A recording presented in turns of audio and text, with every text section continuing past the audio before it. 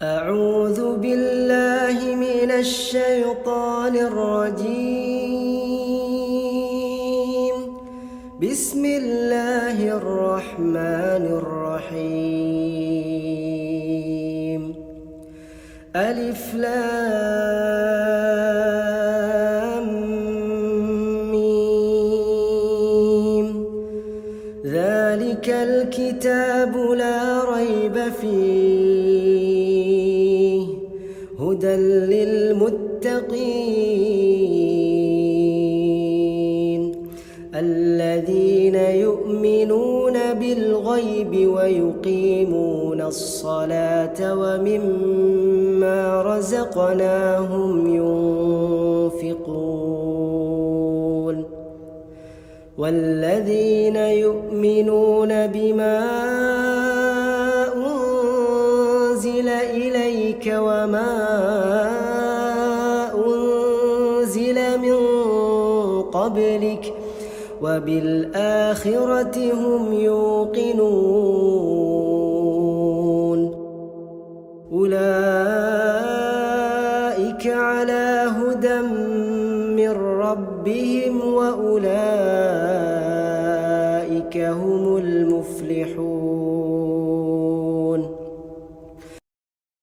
Waalaikumsalam warahmatullahi wabarakatuh.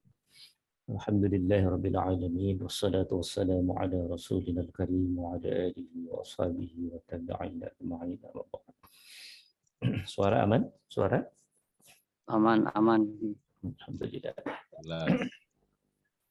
Sambil menunggu teman-teman yang lain, sebagaimana biasa, bagi teman-teman yang mau ada pertanyaan, terutama perkembangannya masing-masing ya.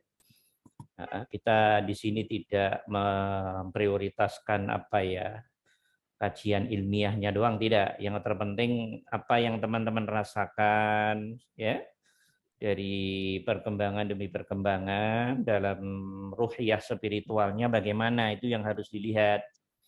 Ya, kajian ketuhanan itu yang terpenting, melihat diri sendiri. Aku dulu begitu, kemudian agak begini, sekarang begini. Itu yang harus teman-teman lihat. Yang tahu itu hanya hati teman-teman sendiri, ya, dan Allah. Jadi kajian ketuhanan, follow up zikir yang istiqomah, follow up laku keikhlasan, itu untuk kemudian dirinya dilihat, ada apa dalam hatiku, ada apa dalam pikiranku, bagaimana perkembangannya ini. Oke, jadi ngelihat hatinya, pikirannya, masa nggak bisa? Bisa lah insya Allah ya. Itu yang harus teman-teman lihat, kemudian barangkali ada yang perlu ditanyakan, ditanya tentang perkembangan dirinya masing-masing. Kok oleh Allah udah diberi lebih, ya alhamdulillah bersyukur. Bukan satu kehebatan, bukan. Nggak ada yang hebat. Yang ada hanya setiap makhluk, setiap orang menjalankan, ya, menjalankan apa yang dikirim oleh Allah, yang diinginkan oleh Allah. Bahasa lainnya, setiap orang nerima dosisnya masing-masing dari Al-Hayyu Al-Qayyum. Karena itu biar masing-masing berjalan sesuai dengan iradah kudrahnya Al-Hayyu Al-Qayyum. Seperti itu. Kok saya kayaknya agak jalan di tempat Ustadz. Kalau memang begitu nanya, biar bisa dibantu dari sisi arahan-arahan, ada apa, mengapa, bagaimana, dan seterusnya. Oke, yang bisa mengubah ya hakikatnya Allah. Nggak ada, guru itu nggak bisa mengubah, mursyid nggak bisa mengubah secara hakikat, tapi secara syariat, tampilan dohir, ya memberi nasihat, mengarahkan, oke, memberi solusi-solusi, kurang pas kalau begini, idealnya begini, ya itu bagian dari zuhiriyatus syariatnya seorang guru, seorang mursyid, seorang pelatih, seorang apalah istilahnya. Sebetulnya hanya di zona itu saja. Dan bagi teman-teman yang menuju kepada Al-Hayyu Al-Qayyum, ya ngelihatnya terus ke Al-Hayyu Al-Qayyum secara hakikat dalam menundukkan hati dan pikir. Nah, seperti itu. Kita persilahkan, barangkali ada hal-hal yang perlu diperdalam dulu. Kita persilahkan, Pak. Assalamualaikum. Waalaikumsalam warahmatullahi wabarakatuh. Ini mau nanya tentang keadaan hati. Ya, ya. Saya itu kalau misalnya berjemaah misalnya kayak sholat Jumat atau menghadiri pengajian itu, kadang saya itu merasa kayak merasakan mana yang lurus lillah atau yang agak miring sedikit misalnya gitu, ya. Kadang hati saya itu merasakan seperti itu, ya. Apakah itu hanya prasangka saja atau bagaimana, ya? Mohon penjelasannya. Perasa ini untuk yang berlaku pada dirinya Faisal atau pada orang lain? Pada saya, ya. Oh iya. Jadi begini teman-teman. Orang semakin ilmu ketuhanannya semakin tinggi, semakin dalam, semakin luas, dan amaliyah zikirnya semakin istiqomah, ya, dan laku ikhlasnya, laku tauhidnya, laku lillahnya semakin ada kemajuan, kita ini akan bisa diberi kemampuan oleh Allah lewat kejernihan rasa dan kesadaran itu. Aku ini ikhlas, aku ini enggak ikhlas. Aku ini bisa diberi seperti itu. Jadi masa ngelihat akuarium yang semakin jernih enggak bisa? Ya bisa dong, bisa. Jadi nanti semua kabar, semua info dari Al-Hayyu Al-Qayyum, ya kecepatan itu lewat rasa itu sendiri. Ya, itu bukan hal yang hebat, enggak. Semua orang akan seperti itu manakala perjalanan ruhiyahnya nanti semakin bagus, semakin bagus. Aku kok begini, berarti aku salah. Itu rasa itu sudah akan bisa. Lah rasa itu kok ini ya karena nurullahnya kenceng. Ketika nurullahnya itu kenceng dalam bahasa listrik nih, ketika listriknya itu wattnya gede, lah dirasa seseorang itu, jadi paham, jadi ngerti, kok gini. Beda kalau rasa di perasaan yang memang belum bersih jernih. Yang saya maksud bersih jernih ini bukan bersih jernih yang bagaimana. Ya tadi pembersihan hati pikir lewat itu tadi. Ilmu ketuhanannya harus jalan. Zikir keistiqomahan zikirnya harus jalan. Laku lillah, tauhid, ikhlasnya tadi harus jalan. Nanti seperti itu. Bukan hanya sholat jamaah. 24 jam apa yang kita lakukan. Ini saya salah apa tidak? Salah itu artinya tidak ikhlas. Tidak ikhlas salah atau menurut Allah? Iya apa enggak? Iya. Walaupun kita sodakoh nih, emas segunung nih. Enggak ikhlas. Menurut sosial baik toh? Karena sodakoh toh? Iya apa enggak? Iya apa enggak? Tapi menurut Allah, walaupun sodakoh emas segunung, bagaimana? Kalau hatinya tidak ikhlas. Tidak baik toh? Iya apa enggak? Iya. Nah, cara lihat dua sudut ini harus ngerti. Pandangan Allah dan manusia itu berbeda. Kalau manusianya belum bersih dan jernih hatinya. Kalau hati pikirnya sudah jernih, pandangan Allah dengan Khalik, dengan makhluk seirama nanti. Seperti itu arahnya. Itu biasa aja Faisal dalam perkembangan ruhiyah spiritual.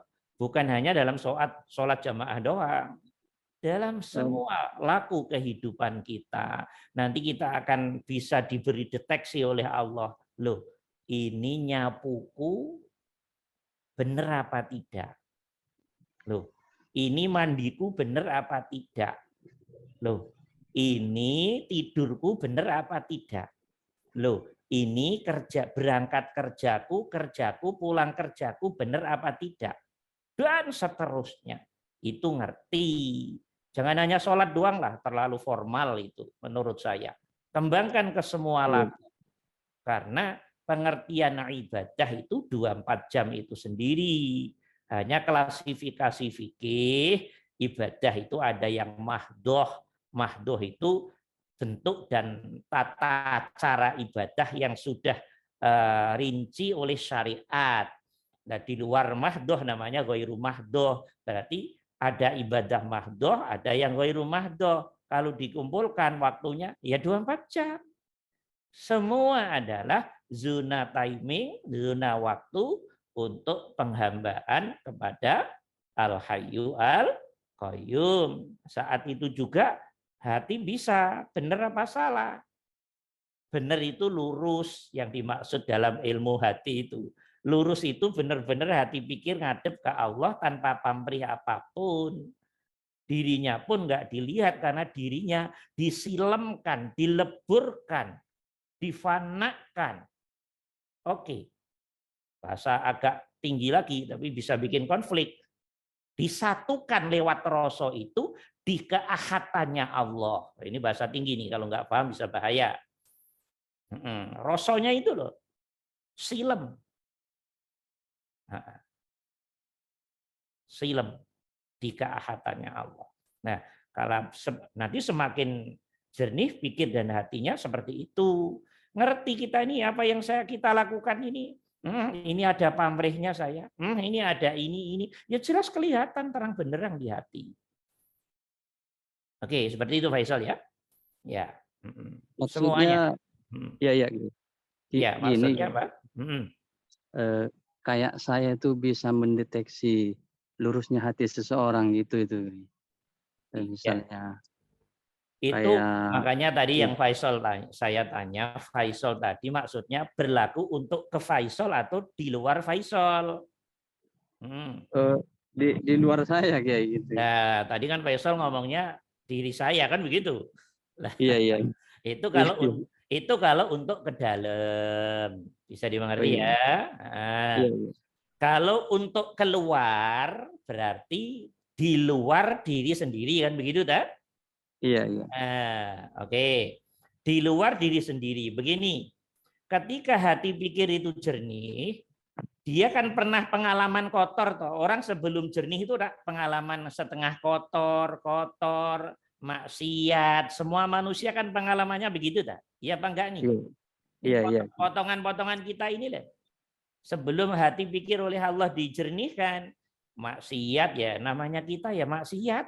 Siapa yang enggak maksiat? Kalau enggak matanya ya telinganya, ya mulutnya, ya tangannya, ya kakinya, ya kelaminnya yang disimpulkan dengan syahwat itu deh. Atau pikirannya yang kotor, ngelamun aja, kotor sekali pikirannya. Nah, itu apa namanya negatif itu. Atau alam rosonya ngerosot jelek ke pihak luar atau ngerosot jelek ke pihak diri sendiri, itu kotor semua. Ngerosot jelek keluar ya berarti iri, dendam, benci, lanjutin. Itu rasa, itu kotor semua itu. Itu yang ingin dibersihkan oleh Allah dengan ilmu ketuhanan, dengan laku zikir, dengan laku ikhlas. Karena memang semua dimensi indrawi kita ini punya potensi untuk jelek.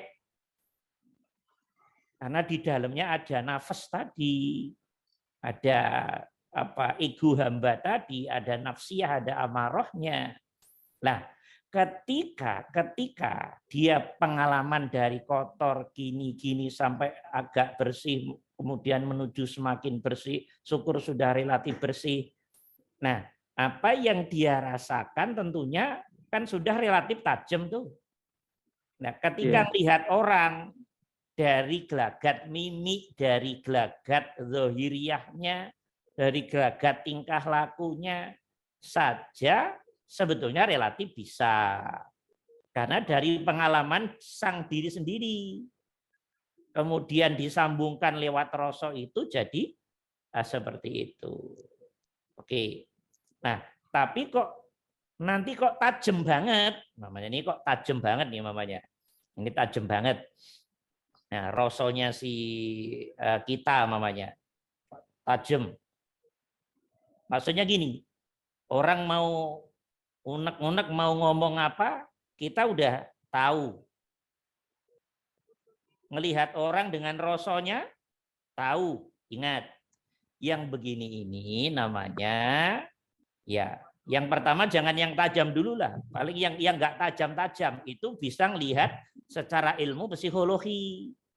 Lihat dari raut muka, gelagat badan, gesturnya, gayanya, oke, kalimatnya, bisa menyelesaikan itu. Itu tidak perlu ilmu hati yang tajam, nggak perlu itu, asal mau belajar.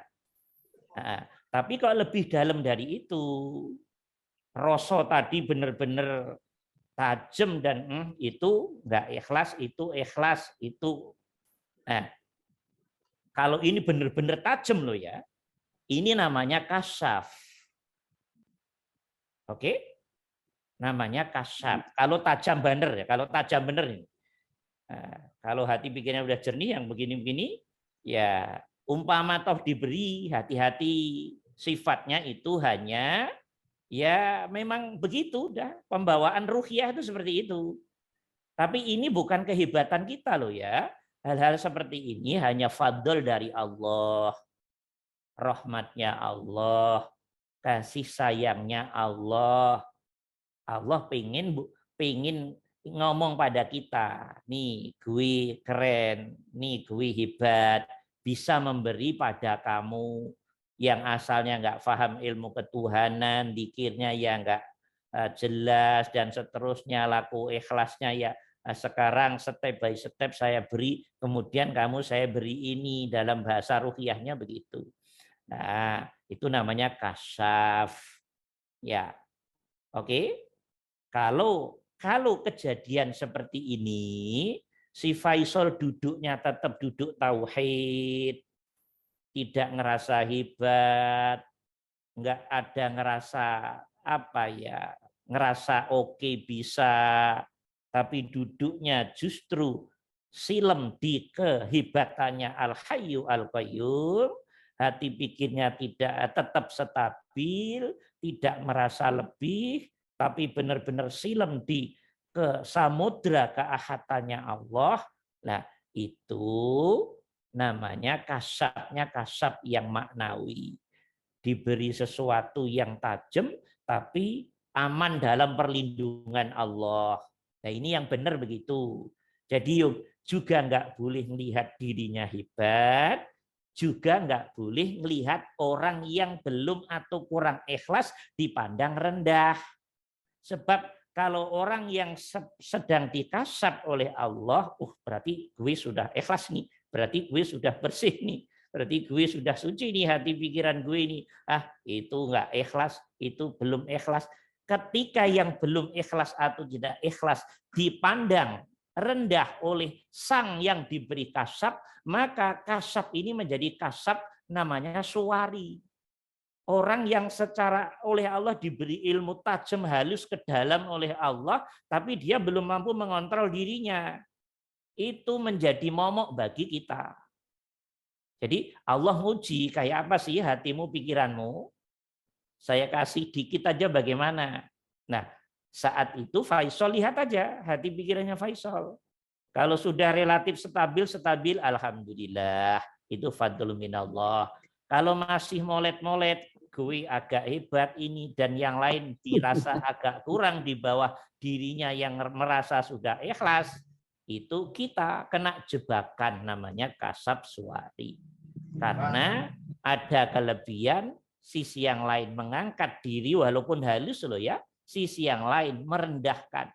Padahal baik diri yang lebih maupun diri yang rendah atau bahkan yang salah, semua hanya gerak-geriknya Al-Hayyu Al-Qayyum. Ada gerak-gerik yang tinggi, ada yang sedang, ada yang bahkan masih rendah. Semua sebetulnya fenomena iradah kudrahnya Allah. Hati pikirmu sudah mampu menangkap fakta ini lewat seluruh indrawi kita dan dohir batin kita apa belum. Nah, seperti itu tantangan orang-orang yang masuk ruqyah spiritual. Nah, seperti itu Faisal ya, bisa dimengerti? Ya. Ada lagi yang perlu dipertajam. Nah, nanti begini, saya lanjutin pada teman-teman. Ukuran orang yang dikasihi oleh Allah itu bukan kekasafannya. Kalau orang pengen kasaf, orang pengen dapat karomah, itu ada ilmunya. Itu yang saya sebut kasaf suwari tadi. Ada ilmunya. Kalau mau bisa. Kalau mau. Ya. Tapi di ruangan ini nggak ngajarin begitu.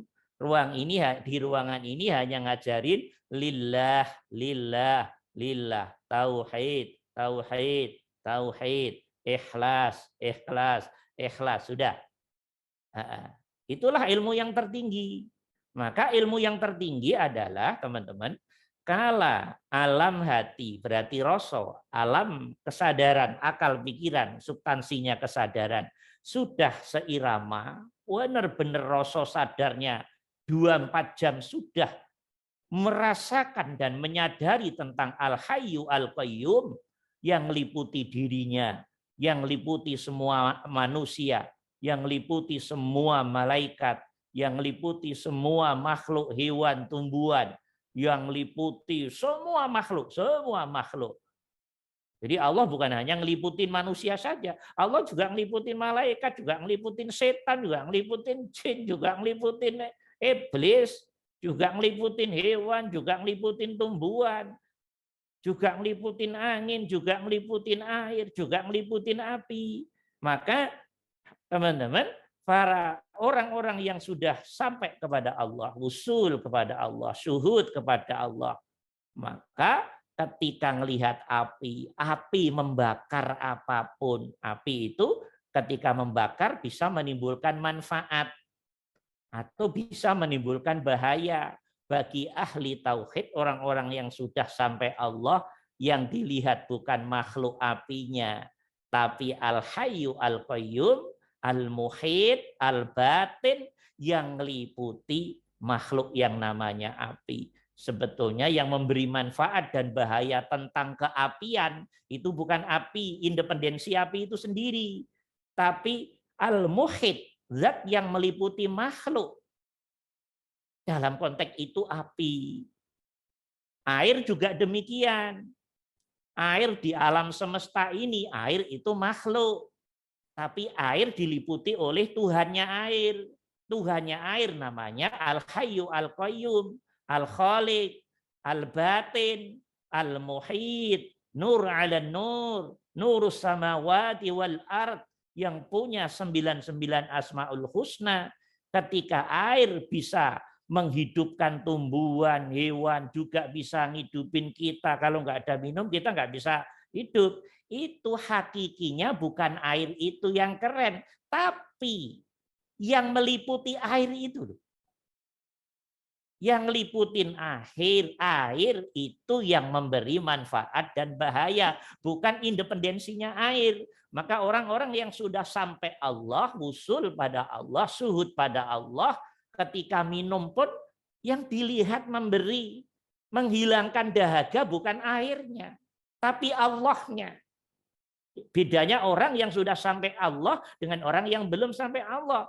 Orang yang sudah sampai Allah minum begini nih, kan dia merasakan air. Oke, masuk ke saraf-saraf. Itu dirasakan. Yang memberi manfaat itu ya yang ditangkap oleh hati dan pikiran, kesucian hati pikiran oleh orang-orang yang syuhud wusul adalah Al-Hayyu Al-Qayyum, al-muhit, zat yang meliputi makhluk, yang meliputi air dalam konteks air. Itu yang dilihat hati oleh hati dan pikirnya. Jadi kemudian hati pikir dia merasa yang memberi, yang menghilangkan dahagaku adalah Allah. Bukan makhluk, bukan independensi doang atas nama air, bukan. Itu bedanya orang awam dengan orang-orang yang sudah sampai pada Allah. Orang awam yang penting celebuk habis berapa gelas, ya berapa ember bila perlu, yang penting sudah bismillah alhamdulillah. Itu bagus. Ya, itu bagus zona syariat. Tapi kalau pada hakikat di samping syariatnya bagus, hati pikirnya duduknya seperti itu. Itu yang membedakan. Nah, seperti itu gambarannya. Bisa dimengerti ini? Ya, Faisal paham nih. Faisal paham insyaallah? Halo? Faisal paham?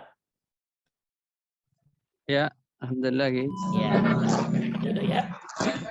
Jadi teman-teman harus hati-hati ya. Nah, saya ulangi lagi. Jadi yang terpenting ya, kita laku seperti ini bagi teman-teman yang oleh Allah diberi kasyaf, ya dilihat, dijaga benar hatinya. Ya, kasyaf itu macam-macam kelebihan. Orang yang menuju pada Allah itu antara satu dan yang lain tidak bisa sama. Memang oleh Allah dibuat berbeda-beda alur dan jalan peristiwanya. Tapi intinya Allah ingin meneguhkan biar menuju kepada Allah. Nah, yang terpenting bagi kita yang akan dituju adalah totalitas rasa sadar ke Allah tadi, yang 24 jam tadi. Itu ketika itu stabil, ya sudah, itu sudah ba'dul aulia. Karena itu Al-Qur'an memberi ajaran pada kita, kekasih-kekasih Allah bukan orang yang bisa terbang, bisa ngilang, bisa. Kalau itu ilmu kesaktian, itu bisa dipelajari. Yang penting mau puasa, mau baca doanya, mau wirid, jadi itu. Tapi Allah lebih memberi konsep ajaran. Ala inna auliya Allah la khaufun alaihim wa la hum yahzanun. Kan begitu dah di Al-Qur'an. Ya apa tidak?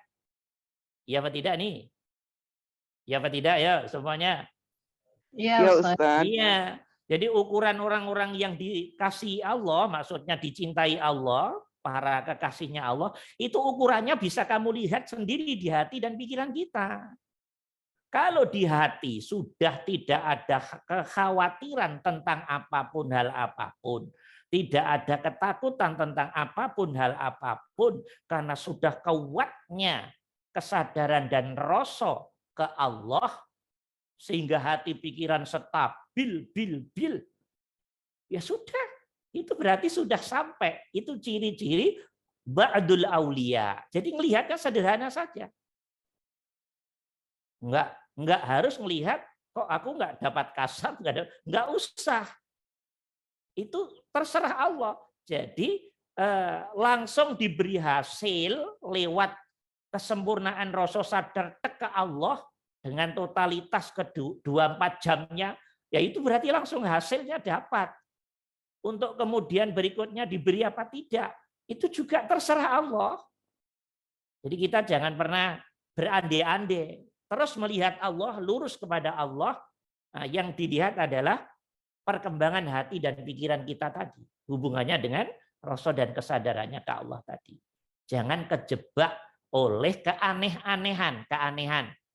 Ini kan banyak orang yang bayangin, mohon maaf nih, banyak pelaku menuju pada Allah, hatinya berbayang-bayang hal yang aneh-aneh, atau alam rasanya ngerasain yang aneh-aneh. Itu tolong dihentikan semuanya.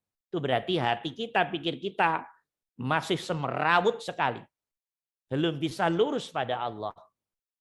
Belum bisa tawajuh hudur kepada Allah. Itu masih semerawut sekali. Yang benar, wis nggak pingin apa-apa. Kecuali hanya Allah. Tidak ada yang disembah kecuali hanya Allah. Tidak ada yang dituju kecuali hanya Allah. Tidak ada yang dicari kecuali hanya Allah. Nah, dan seterusnya. Seperti itu. Bisa dimengerti ini ya, Faisal ya, paham ya? Ya. Oke, tapi itu bagus itu pengalaman ruhiyah spiritual yang bagus, Faisal. Ya, ada lagi yang perlu dipertajam, Faisal?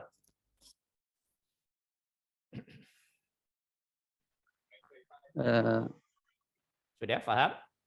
Ya, alhamdulillah ya, paham. Ya, oke. Dah.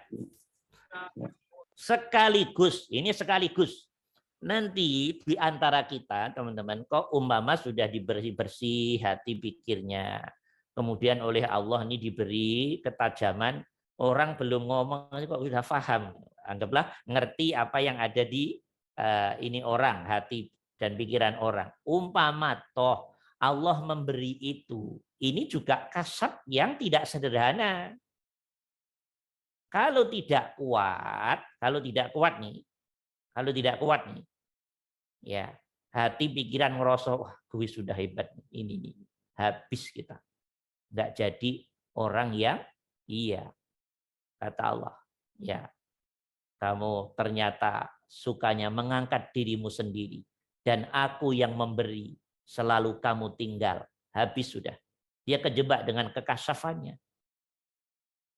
Oke, hati-hati. Jadi Allah hanya pengen melihat reaksinya apa sih di hati dan pikiran orang ini. Allah hanya pengen melihat itu aja. Oke. Nah, ketika umpama diberi tek, hati pikirnya ngembang, wah, ya sudah. Nah, mudah-mudahan itu umpama begitu harus langsung adaptasi hati pikiran, dievaluasi, dan seterusnya, dan tetap stabil. Karena tidak sedikit para pelaku menuju Allah diberi kelebihan Allah dikit, ngerasa wah, bahkan dibisniskan. Ya, dibisnisin. Apa yang diberikan oleh Allah dibisnisin. Ya Allah, jadi hal-hal yang luar biasa dari Allah disikapi dengan tidak lillah, kemudian ada yang dibisnisin. Nah, kalau yang begini berarti memang bakat jadi dukun. Ya, ya, oke. Dah hati-hati. Ini teman-teman harus hati-hati. Ya, itu aja bahasa candaan dari saya. Jadi ingat, ukuran orang yang benar adalah hati dan pikiran yang lurus kepada Allah. Tidak harus punya kelebihan yang namanya karomah. Gak harus. Bahkan selama hidup nggak diberi karomah, ilmu ketuhanannya tinggi, zikirnya istiqomah, laku ikhlasnya terus mati. Itu yang tertinggi. Itu yang tertinggi. Tingkatan di hadapan Allah. Karena dia diberi keistiqomahan yang tinggi, hati pikirnya tetap lurus pada Allah, walaupun dia tidak diberi kasyaf maknawi. Nah, ya seperti itu. Jadi jangan pernah bayangin, wah, saya zikiran udah bulan-bulanan kok nggak ada keanehan-keanehan. Salah alamat. Oke, kalau nyari keanehan jangan di ruangan ini. Ya, oke, cari guru-guru yang sakti. Ya, ya, oke ya. Nah, itu bahasa canda aja. Oke, ada lagi yang lain? Kita persilahkan. Yang lain kita persilahkan. Saya Ustadz, mau izin Ustadz. Ya, mangga silakan. Ustadz, tadi kan Ustadz bahas tentang bagaimana kita Ustadz. Kadang kita sadar sudah suatu kesalahan, tapi kita untuk suaranya tidak terdengar dengan baik. Mohon yang lain di mute dulu, mungkin faktor mute. Yang lain mohon di mute dulu, gantian ya. Ya, silakan diulangi mangga, Fadhal. Izin Ustadz, tadi kan Ustadz membahas tentang kasaf suari itu ya Ustadz ya. Iya. Bagaimana kita bisa mengenali Allah dalam diri kita supaya perilaku kita semua yang secara zahir maupun batin itu menuju kepada Allah. Tapi terkadang kita itu, saya ya, bukan kita, kalau kita semuanya. Saya terutama merasakan gini Ustadz, saya sudah dikasih divine knowledge gitu ya, dikasih pengetahuan nih sama Allah. Oh ini begini. Tapi pada prakteknya tiba-tiba saya melakukan kesalahan itu Ustadz. Nah bagaimana mengontrol tadi Ustadz? Mungkin lebih kepada kontrol diri. Bagaimana mengontrol diri ini supaya ya tadi segala macam perilaku, zahir dan batinnya itu insan kamil lah gitu ya bahasanya gitu, baik semua gitu. Tapi kan kita semua ini nggak sempurna gitu loh. Kita semua ini lagi menuju kepada husnul khotimah kan, yang terakhirnya dilihat sama Gusti Allah tuh pada saat terakhirnya. Nah, itu Ustadz bagaimana mengontrol diri supaya kita ya tadi istiqomah tadi, terus kita juga bisa menyatu gitu apa yang kita lakukan, apa yang kita rasakan dalam batin ini gitu. Gimana caranya Ustadz supaya bisa terus-terusan seperti itu gitu, karena sudah disadari itu salah, tiba-tiba nggak sadar bikin lagi kesalahan gitu loh Ustadz. Itu yang saya rasa kok saya bodoh banget ya, capek banget, udah salah lagi pasan nggak pernah benar gitu loh Ustadz. Gitu. Jadi gimana caranya Ustadz supaya tadi jalannya tuh benar, jalannya lurus dulu gitu, jangan apa kesana kemari gitu Ustadz. Terima kasih Ustadz. Ya, bagus. Ini pertanyaan mewakili banyak orang ini ya. Ya, termasuk mewakili saya dulu ya. Dulu saya sebelum oleh Allah diberi satu hal tertentu juga sama kayak begini. Walaupun sudah banyak membaca kitab dari semua bidang studi ya. Bahkan sudah dari luar negeri ya, sama keadaannya kayak Novita tadi. Jadi itu bukan keadaan Novita saja, keadaan setiap anak manusia, ya, keadaan setiap anak manusia. Begini teman-teman, sebetulnya begini loh Novita dan teman-teman, ya, orang bisa ngontrol emosi, ya.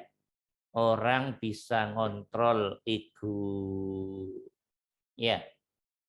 Orang bisa punya kesadaran ruhiyah tentang kebenaran. Orang punya rasa ruhiyah, ya, tentang kebenaran. Itu sebetulnya prosesnya ya proses ilmu ketuhanan itu tadi sendiri. Ilmu yang kita pelajari ini namanya ilmu ketuhanan. Setelah itu laku zikir. Oke. Setelah itu laku ikhlas. Itu nanti sejalan waktu itu nanti yang akan berperan. Ini kalau dilihat secara syariat loh ya, Novita. Itu yang akan berperan mengubah karakter kita. Ya, kita ini kan oleh Allah diberi potensi semua sifat yang jahat ada di diri kita. Semua sifat yang jahat ada di diri kita. Tidak pandang bulu siapapun. Ada dalam hati dan pikiran kita, di jiwa kita. Di diri kita juga diletakkan semua sifat yang baik. Diletakkan dalam diri kita. Nah, sehingga kita diberi tantangan oleh Allah dengan agama ini.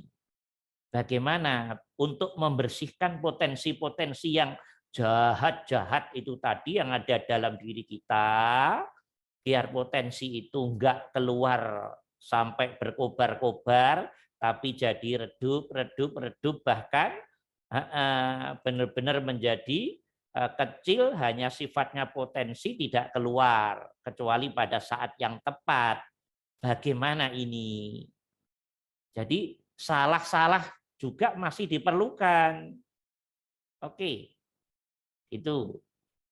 Ya, jadi bahasa candanya salah itu memang juga diperlukan kalau dilihat dari sisi hakikat. Karena itu nggak mungkin ada orang yang tidak salah, nggak mungkin, pasti akan ada aja kesalahan. Nah, karena itu ajaran agama kita memberi ajaran istighfar, taubat tiap hari tuh. Karena memang kita ini ya begitu potongan kita. Nah, tapi teman-teman, ini mulai agak serius. Ketika Allah sudah mau semakin menjernihkan alam hati pikir hambanya dengan ya tentunya menjalankan syariat itu nggak usah diomong lagi. Dalam konteks kita rangkum ilmu ketuhanannya jalan, zikirnya jalan dengan duduk hati pikiran yang benar, yang istiqomah, sesuai yang disarankan para ustadznya, gurunya, masyayikhnya, mursyidnya. Oke. Kemudian pelan-pelan ya sudah mengimplementasikan keikhlasan. Sejalan ini loh Novita, nanti dari dalam dirimu itu akan ada perubahan. Oke, tapi ya jangan nyepet-nyepetin Allah. Kalau kita mah maunya sekarang diterangin terus besok langsung berubah. Kalau kita begitu, kalau Allah nggak begitu. Karena setiap perubahan harus melalui proses kehidupan. Sebelumnya mungkin sehari marahnya 5 kali, setelah ngaji ini, setelah sering zikir, setelah laku ikhlas, kok tinggal 2 kali. Ya berarti lu bagus dong. 5 kali jadi 2 kali. Sudah dikurangi 3 kali kok. Iya toh? Loh, bulan berikutnya, marahnya ya seminggu aja sekali belum tentu. Ya bagus dong. Ini namanya rak perkembangan, Pak. Namanya rak perkembangan. Jadi step by step, pelan-pelan, proses pembersihan diri itu sepanjang hidup kita. Oke, bisa dimengerti ini, Novita. Nah, dan seterusnya. Jadi nanti munculnya itu dari dalam, Novita. Kapan munculnya? Yaitu yang tahu hanya Allah, itu rahasianya Allah untuk orang-orang yang Allah kehendaki. Yang penting secara keilmuan sudah tahu, jalan terus, ikhlasnya jalan. Nah, pelan-pelan, nggak bisa langsung sempurna juga. Bisa jadi butuh bulan-bulanan, tahun-tahunan. Oke, bisa dimengerti? Nah, kalau nanti sudah Allah kasih dari dalam kelak, nanti akan ngerti. Nih, teman-teman akan ngerasa sendiri nanti apa yang ada dalam diri itu. Loh, kok saya sekarang jadi begini? Ini begini. Loh, kok sesuai dengan keterangan dalam pengajian ini. Ya sudah, rasakan terus. Perubahan itu nanti munculnya dari dalam dan kamu akan merasakan itu. Sehingga tidak ada klaim dari kepala kita, ego kita. Kenapa aku tidak begini? Kenapa aku tetap begini? Gitu nanti.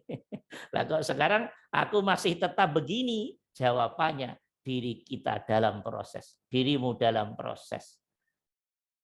Oke. Ya udah dinikmati aja. Dalam prosesnya itu dinikmati. Berarti Allah masih menginginkan seperti itu. Sama kayak orang usaha. Ini udah di Jakarta puluhan tahun kok perasaan nggak nambah kaya-kaya. Ya sama aja kayak begitu. Ya itu memang Allah kehendaknya pada dirimu seperti itu. Dalam ruhiyah ya sama. Perasaan sudah belajar ilmu ketuhanan, sudah zikir, sudah ini. Ya maju tapi kok nggak banyak. Dinikmati terus, memang Allah pengennya begitu. Oke.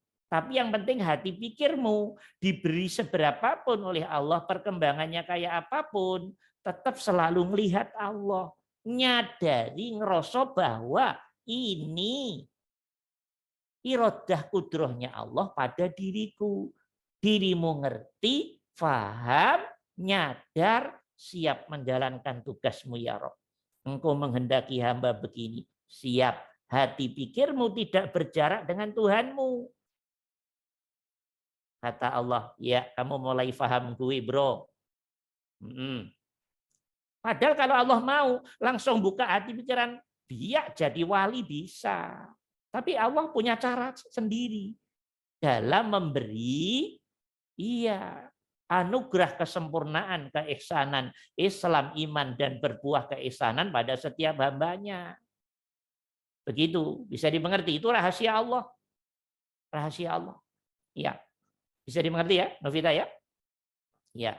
Nah, kalau cara ilmunya ya nggak ada, selain 3 itu nggak ada. Belajar ilmu ketuhanan yang benar, zikir khususnya, zikir umumnya, yang istiqomah, laku ikhlas. Sudah, itu ilmunya 3 itu. Nah, paham ya, Novita insya Allah? Insya Allah, Ustaz. Mas- Makasih. Dan masih relatif muda, Novita masih relatif muda. Oke ya, harus banyak yang dialamin dulu.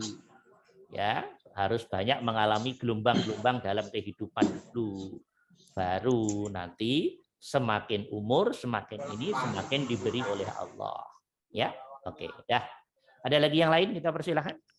Assalamualaikum Pak Ustadz. Waalaikumsalam warahmatullahi. Menyambung tadi penjelasan Pak Ustadz gitu. Sedikit banyak ya, mungkin lebih kepada apa sharing atau apa gitu. Saya mengalami proses yang dijelaskan Ustadz tadi, dan sedikit demi sedikit saya bisa berdamai dengan karena pertama dulu waktu ikut kajian itu saya sepertinya tolak menolak gitu ya. Dalam artian menolak gitu ya, menyadari bahwa apa yang terjadi di hidup saya itu memang Allah sudah by design Allah. Karena ya mungkin dulu belum bisa memahami ego gitu dan belum bisa menyadari bahwa Allah itu meliputi seluruh kehidupan ini gitu. Tapi dengan berjalannya waktu ya dengan berbagai macam ibadah ya, maksudnya ya zikir, ya ngaji dan lain-lain, makin ke sini itu makin mengendap. Akhirnya sudah bisa saya menyadari, oh perjalanan saya untuk ada di titik ini ternyata luar biasa ya gitu. Melewati banyak sekali guncangan, gelombang gitu. Tetapi saya bisa ada di sini dan ternyata masih bisa menjalani semua ini gitu. Akhirnya baru menyadari betapa kasih sayang Allah gitu. Betapa kuasa Allah itu sedemikian rupa, dan yang ada itu justru sekarang semua itu ternyata oh nggak ada ya yang jelek ciptaan Allah, nggak ada ya yang buruk yang telah Allah lakukan kepada saya. Nah, cuman yang tertinggal sekarang gini, kalau saya misalnya katakanlah seperti Ustadz bilang tadinya misalnya marahnya makin kurang. Sekarang jadi malu gitu kalau mau marah itu Ustadz. Iya.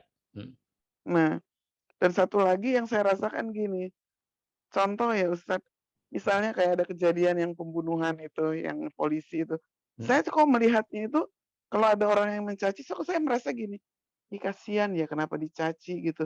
Toh sebetulnya yang korban itu bukan hanya yang meninggal, yang hidup bukankah lebih menderita gitu. Jadi saya langsung timbul, ya Allah jauhkan saya dari dan keluarga saya dari hal-hal seperti ini. Yang saya rasakan demikian Ustaz. Iya, oke. Ya, itu bagus. Perkembangan ruhiyah yang semakin bagus ya. Ya, dari apa yang disampaikan tadi sudah semakin diberi tajam oleh Allah setelah melewati aneka gelombang kehidupan ya, Bu Sri Anita ini. Umurnya sudah cukup, kemudian oleh Allah suaminya ya sudah meninggal ya, ngopainin anak banyak sendiri ya, tentunya gelombang kehidupan peristiwanya udah semakin tinggi. Kalau Novita nikah aja kan belum ya. Ditinggal ibu dari masih kecil gitu. Ya, pokoknya lengkap penderitaannya. Iya. Kalau dilihat secara syariat penderitaan itu bahasa syariat. Kalau dari sisi hakikat, emang itu harus terjadi. Yes. Dengan ending Allah pengen membawa ke titik tertentu. Titik tertentunya apa? Ya kesadaran tentang Allah, rasa tentang Allah. Gitu loh. Paham? Nah, jadi orang untuk nyadar ngerosot tuh nggak mudah. Nyadar dan ngerosot tentang Allah loh, bukan nyadar dan ngerosot tentang apa loh ya.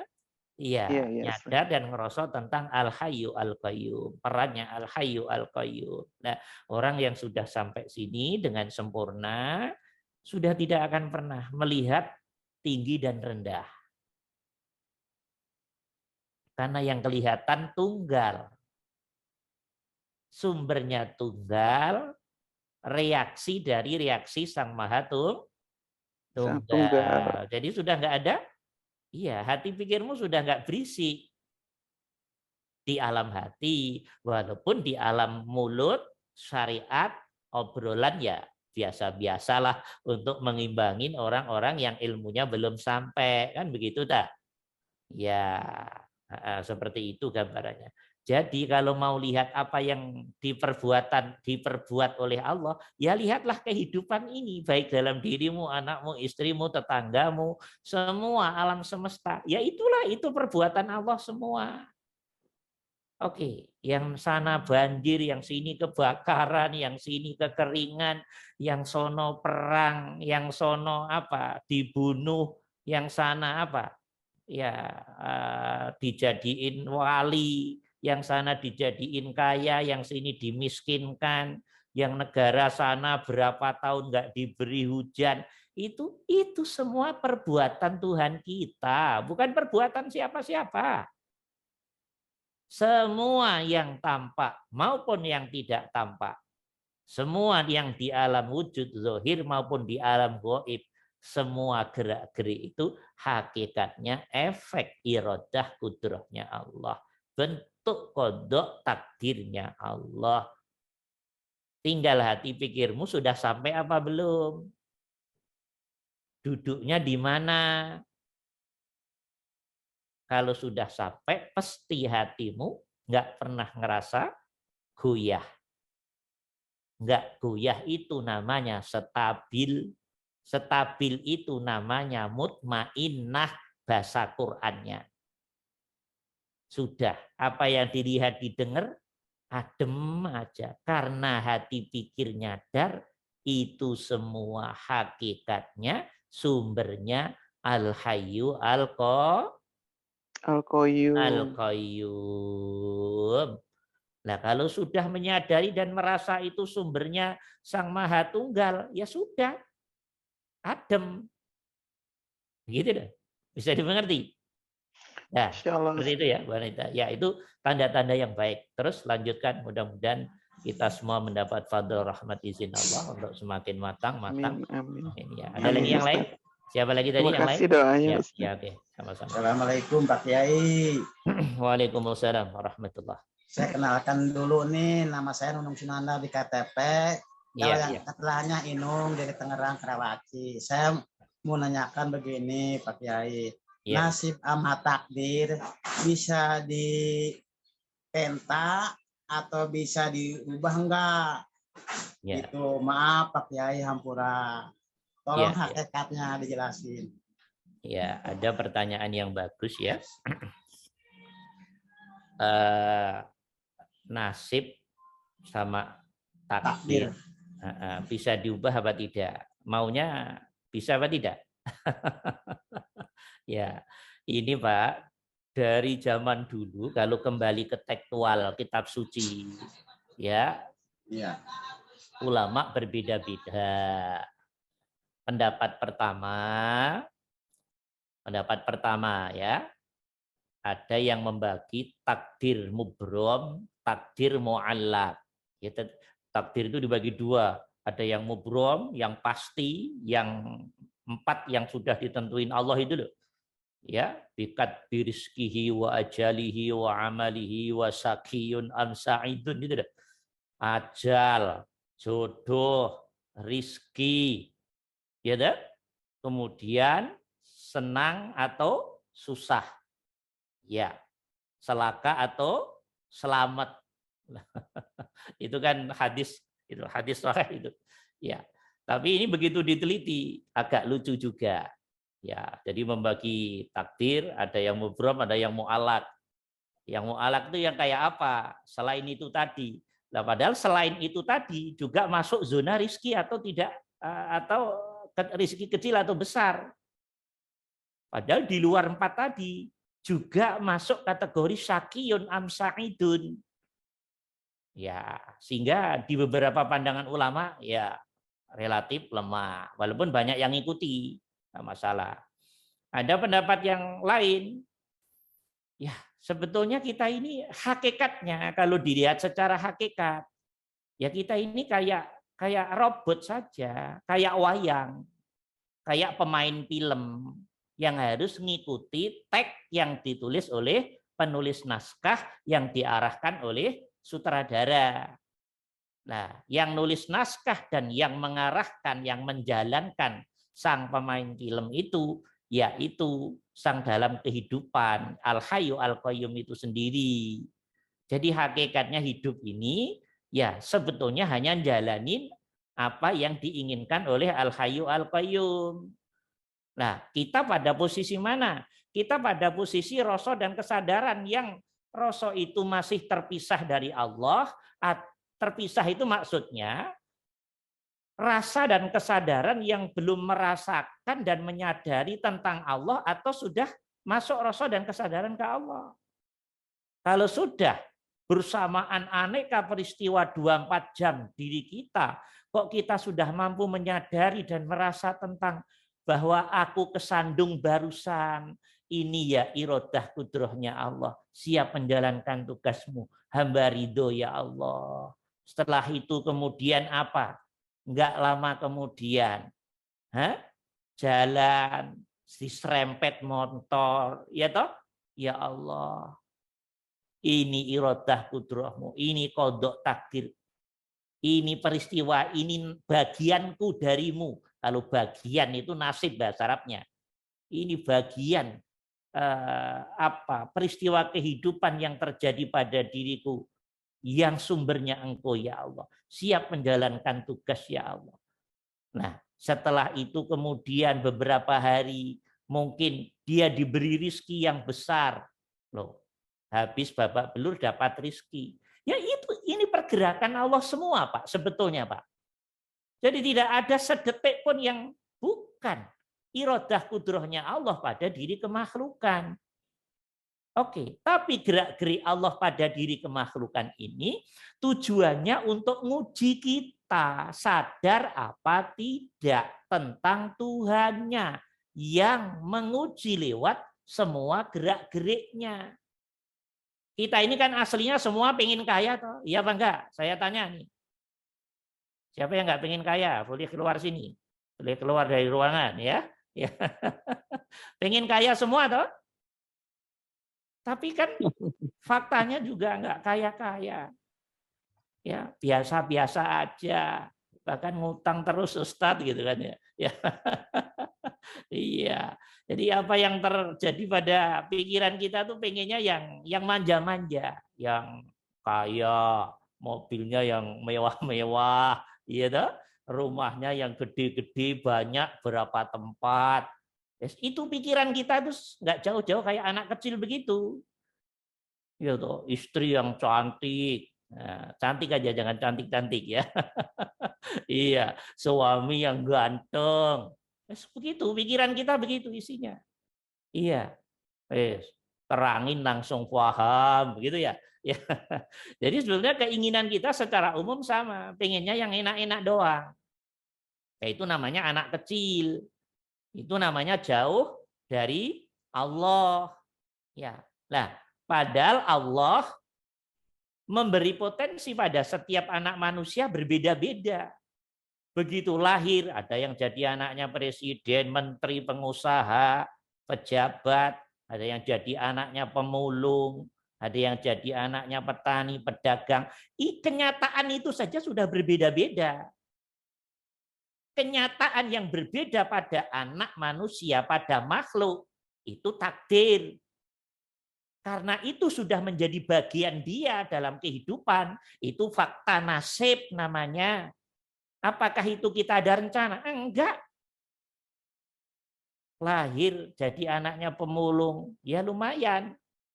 Lahir jadi anaknya pejabat, tidurnya langsung di tempat yang mewah, yang ini enak dong. Ya Allah kehendaknya seperti ini. Oke, bisa dimengerti. Terus, itu akan berjalan terus, Pak. Sampai mati, Pak. Sampai mati. Pertanyaan saya, apakah kita yakin kalau mati kita akan husnul khotimah?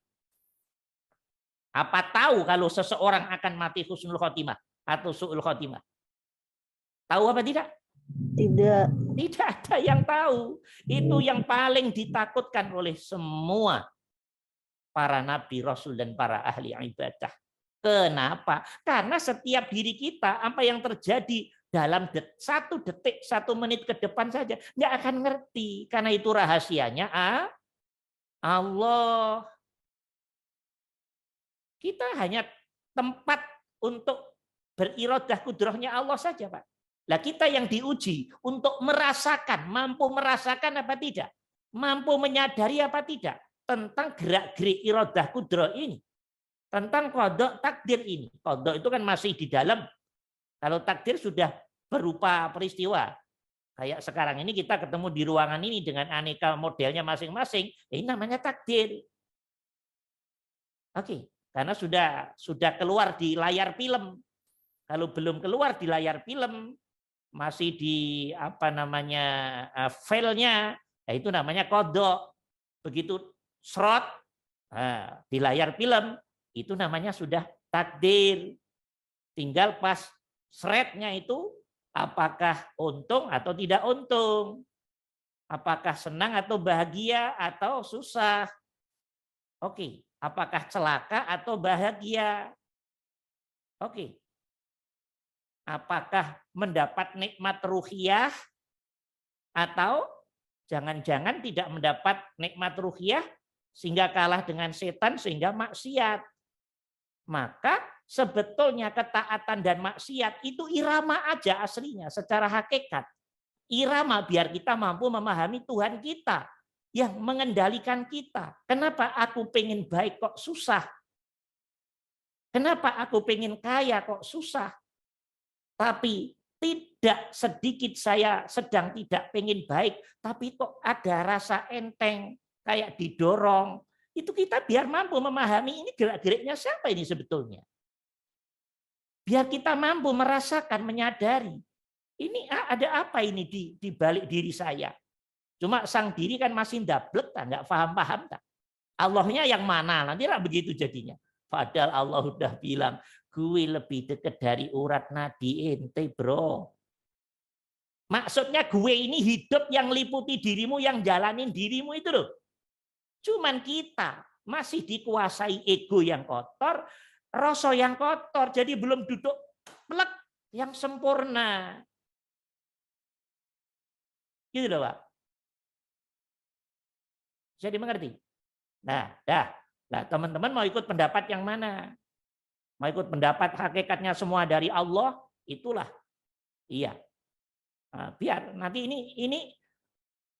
ini bisa berubah-ubah setiap diri orang sesuai dengan kematangan ruhiyah spiritualnya masing-masing. Kalau hati pikirnya masih kotor ya, semua tergantung kita, ini biasa. Kasih setruk aja udah nggak bisa ngomong dia kok. Iya toh? Iya apa enggak?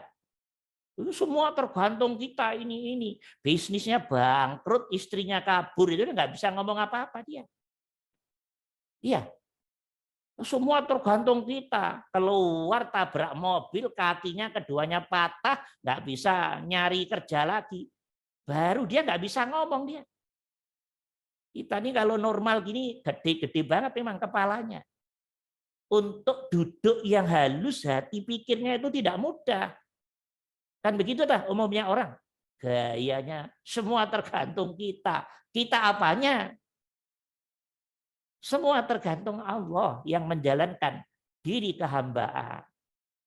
Ya, bisa dimengerti ya? Ya, itu kodok dan takdir secara umum seperti itu. Ya, bagaimana dengan kalau nanya bagaimana dengan saya?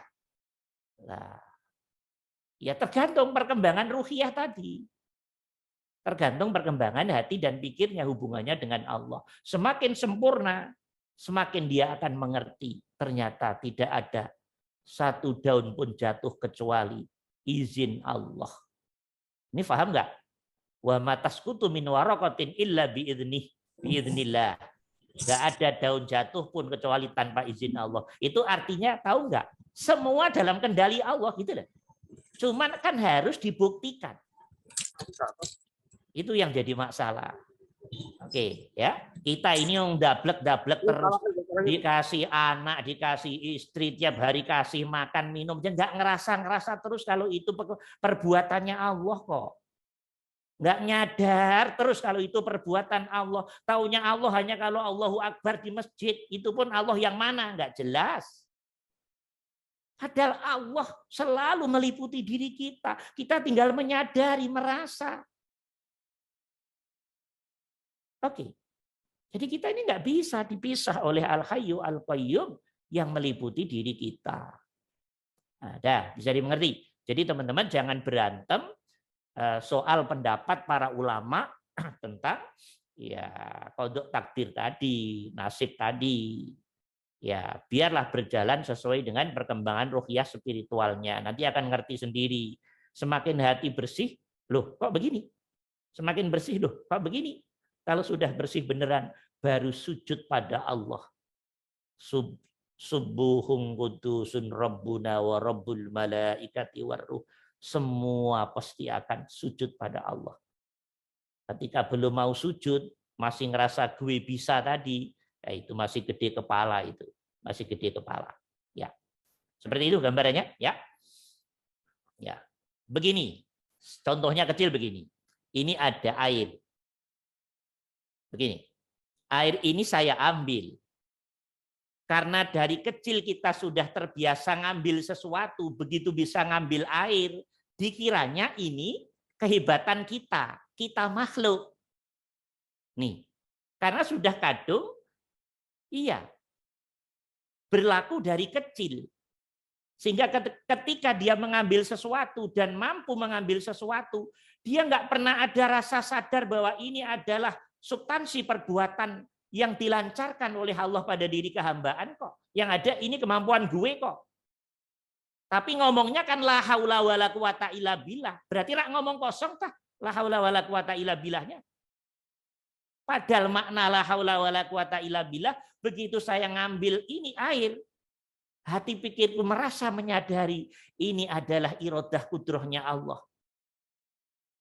Ini adalah daya kekuatan yang dipancarkan oleh Allah. Ini hidup yang dipancarkan oleh Al-Hayyu Al-Qayyum pada diri kehambaan. Di semua milik Allah. Kita tempat, iya pancaran aja. Ibarat apa ya? Ibarat film itu kita, ya apa? Layarnya itu loh, yang apa namanya? Layar itu kalau ada film itu kan yang bergerak itu. Tapi semua dalam kendali Allah, pergerakan film itu. Seperti itu, Pak. Bisa dimengerti ya? Ini butuh kehalusan hati dan pikir. Kalau hati pikir masih belum halus, ya pasti akan bilang semua terserah kita. Itu tidak salah, itu bahasa syariat. Yang baik dari Allah, yang jelek dari kita. Itu tidak salah, itu ajaran Allah secara syariat.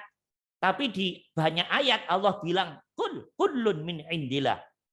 Muhammad, tolong sampaikan kepada umatmu, semua sumbernya gue. Kullun min indillah. Semua sumbernya dariku, dari Allah. Tidak ada daun jatuh pun tanpa ACC gue, tanpa izin gue. Nah, kita ini kan lebih gede dari daun. Wong kita ini topik kehidupan. Bisa dimengerti ini? Ya, jadi artinya apa? 24 jam kehidupan kita ini sebetulnya cara Allah menguji kita. Nah, yang diuji apa? Ya rasa kesadaran kita itu. Kalau rasa kesadarannya sudah ke Allah, ya berarti sudah benar. Kalau masih ke diri sendiri, gue, ya itu namanya ego. Itu belum bertuhan. Tuhan ngomong di mulut tapi hati pikirnya belum jadi imannya. Karena iman itu letaknya di hati, dipikir, di jiwa. Nanti ekspresinya ke zahir. Tapi kalau zahir doang, hatinya belum, itu proses. Seperti itu gambarannya, paham? Bisa dimengerti?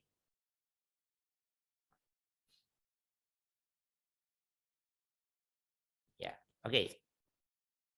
Ada lagi yang lain? Kita persilahkan. Assalamualaikum, Ustaz. Waalaikumsalam. Ya, Ustaz, ini apa ya, masih redup nyala gitu ya, Ustaz. Tapi kan kita juga sebagai manusia diperintah untuk berikhtiar gitu Ustaz. Untuk melakukan kebaikan gitu. Nah, bagaimana ketika kita mengikuti perintah itu tuh, perintah ikhtiar. Nah, ikhtiar itu kan andil manusia Ustaz, bukan andil Allah ya. Nah, kata Ustaz tadi kan masih bingung gitu itu. Jadi peran manusia dan peran Allah itu hakikatnya berbeda atau tidak?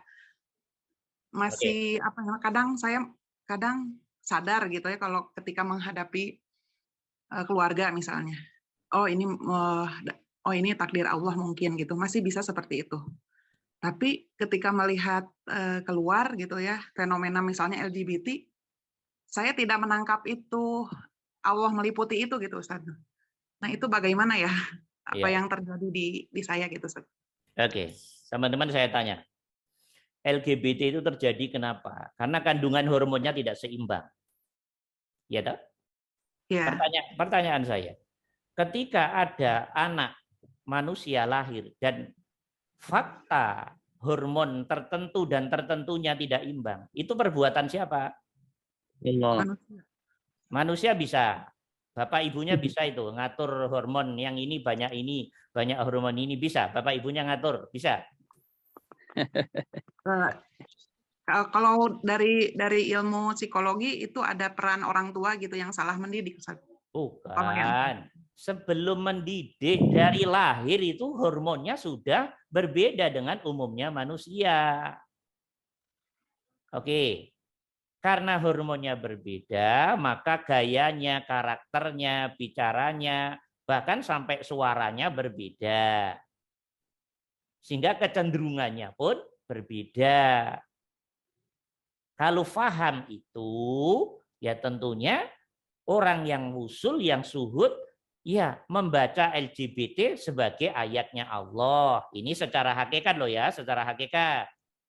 Ya, biar nggak banget gitu loh maksud saya. Nanti setiap ada LGBT bencinya setengah mati. Sekarang saya tanya, andai kan yang dijadikan LGBT diri kita, mau ngomong apa kita? Ayo, mau ngomong apa? Ikhtiar berubah gitu, Ustaz. Ya, itu enak, ngomong enak memang, ngomong enak. Sama kayak pertanyaan saya begini.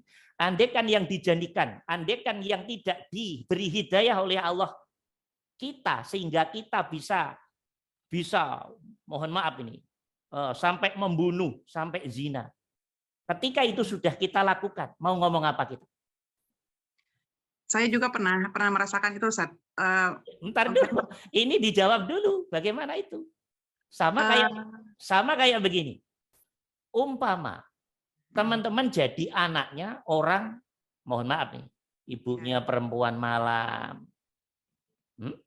Karena ibunya perempuan malam, ibunya aja nggak benar, bapaknya nggak benar, lahir darahnya bagaimana? Nasabnya gimana? Nasabnya gimana? Nggak benar juga. Nah, itu salahnya anaknya atau salah orang tuanya atau salahnya siapa? Nah, pasti bingung toh. Nah, iya tuh, pasti begitu. Itu udah takdirnya begitu. Ya, itu sudah mulai benar. Tapi kan ada ikhtiar kita bisa Entar dulu. Jadi kita harus melihat fakta ini dulu bahwa itu perbuatannya Al-Hayyu Al-Qayyum. Biar kita nggak gampang memandang rendah dalam kehidupan ini. Jadi Allah menciptakan yang normal-normal.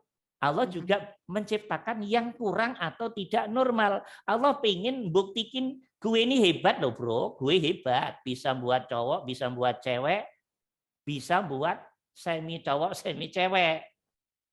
Ketika orang dibuat kayak dia nggak mudah teman-teman.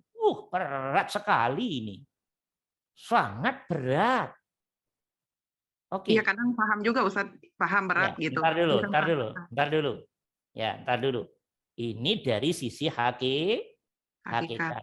Hati pikirmu harus sujud pada Allah. Ini af'almu ya Allah. Yang penting hati pikirmu benar dulu. Jangan jelekin apa yang terjadi di alam semesta ini. Karena jelekin itu tanda bahwa kita tidak mampu melihat Al-Hayyu Al-Qayyum. Bisa dimengerti? Iya, ya Ustaz. Sekarang teman-teman paham nggak? Takdir itu apa yang sudah terjadi, kan begitu toh? Iya, betul. Semuanya sepakat, takdir adalah sesuatu yang sudah terjadi, ya apa tidak? Iya. Ya. Lah, fakta dalam kehidupan adanya hanya dua toh, taat dan maksiat toh. Ya apa tidak? Iya, betul Ustaz. Ya apa tidak nih? Semuanya sepakat enggak? Fakta dalam kehidupan ini fakta. Ya, Ustaz. Sudah serot, filmnya sudah serot, sudah di layar. Ada yang taat, ada yang maksiat. Kan begitu tak? Iya apa enggak nih? Lah, Ya. berarti Ya, yang Ustaz. seret taat, seret maksiat. Kedua-duanya sumbernya siapa? Al-Hayyu Al-Qayyum. Nah tuh, ini harus benar dulu. Tapi ini nggak boleh diomong di sosial loh ya. Nggak boleh. Kullun min indillah. Muhammad, tolong sampaikan pada umatmu. Semua sumbernya adalah diriku. Ini untuk hati, untuk pikiran. Oke? Mengerti semuanya? Yang maka kenapa Allah benci orang yang taat ngerasa dirinya taat. Allah nggak suka. Dia sombong. Dia riak. Nggak suka Allah. Lebih senang orang maksiat tapi ngerasa salah. Saya kotor ya Allah. Saya ini. Ini Allah suka yang ini. Daripada 1000 tahun pagi, siang, sore, puasa, zikiran. Tapi gue hebat nih, gue keren nih. Memuji diri sendiri, melihat diri sendiri. Ah ini masih TK ini, TK. Belum sampai pada Allah dia. Baru sampai cerminan diri sendiri. Atas, bawah, nengok sendiri. Kanan, bawah, kiri, belakang, depan. Yang ditengok diri sendiri. Belum sampai pada Allah dia. Dia belum paham Allah, dia belum paham Allah. Orang yang ini tadi, sang ahli ibadah ribuan tahun ini tadi. Nah, tapi ini ada ahli maksiat. Ya Allah, hamba kotor ya Allah. Hamba butuh pertolonganmu ya Allah. Ini mati, selesai sudah. Karena dia mati dalam kesadaran dan merosot tentang bahwa dia hamba yang rendah, yang kotor, dan membutuhkan maha yang sempurna. Ini yang keren. Oke. Oleh karena itu jangan sok kita, karena banyak zikiran, banyak puasa. Itu semua nikmatnya Allah kok. Oke, dah, itu satu. Teman-teman mendudukkan hati pikirnya harus benar. Soal seperti LGBT kemudian, ya, hukum syariat harus berlaku. Syariatnya gimana? Aturan negara. Oke, aturan negara, ya ikuti aturan negara. Oke, clear? Aturan negara tentang LGBT mamanya bagaimana? Ikuti. Sudah paham hukum semua toh? Ya dah, secara sosial bagaimana? Secara kemasyarakatan bagaimana? Oh, tidak boleh ini. Ikuti itu. Oke, itu duduknya komunikasi dalam konteks syariat. Jadi secara syariat tetap normal, bereaksi syariat. Tapi secara hakikat hati pikir kita tetap harus bilang ya Allah, ini af'almu ya Rabb. Dah, itu satu.